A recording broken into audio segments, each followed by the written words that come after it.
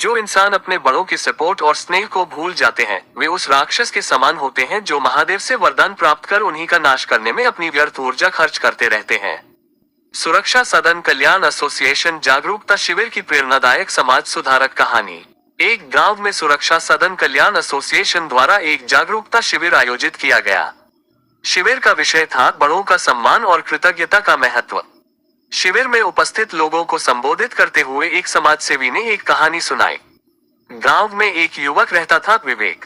बचपन में उसके माता पिता और गुरुजनों ने उसे बहुत प्रेम दिया। पिता ने अपनी जरूरतों का त्याग करके उसकी पढ़ाई कराई, माँ ने दिन रात मेहनत करके उसे आगे बढ़ाया और शिक्षकों ने उसे ज्ञान देकर जीवन की राह दिखाई।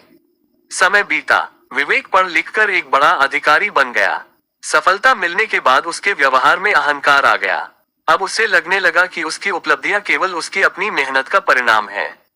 उसने धीरे धीरे अपने माता पिता, गुरुजनों और शुभचिंतकों को महत्व देना कम कर दिया।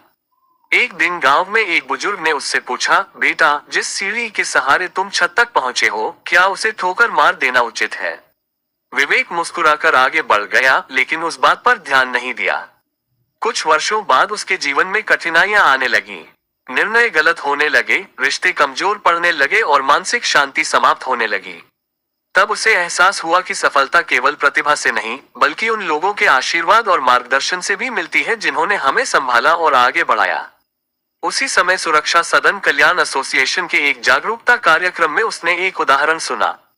भस्मासुर को महादेव से वरदान मिला था, लेकिन उसने उसी शक्ति का उपयोग महादेव को ही नुकसान पहुंचाने के लिए करना चाहा।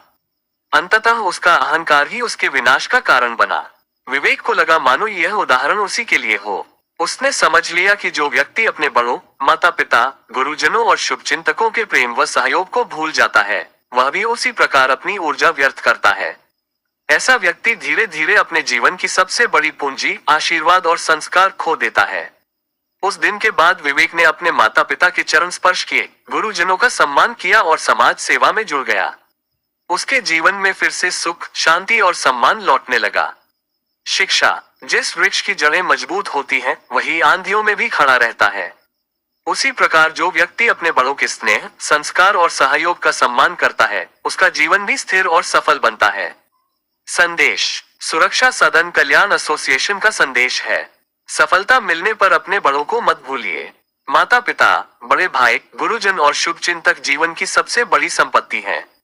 कृतज्ञता ही चरित्र की पहचान है और सम्मान ही संस्कारों की असली परीक्षा।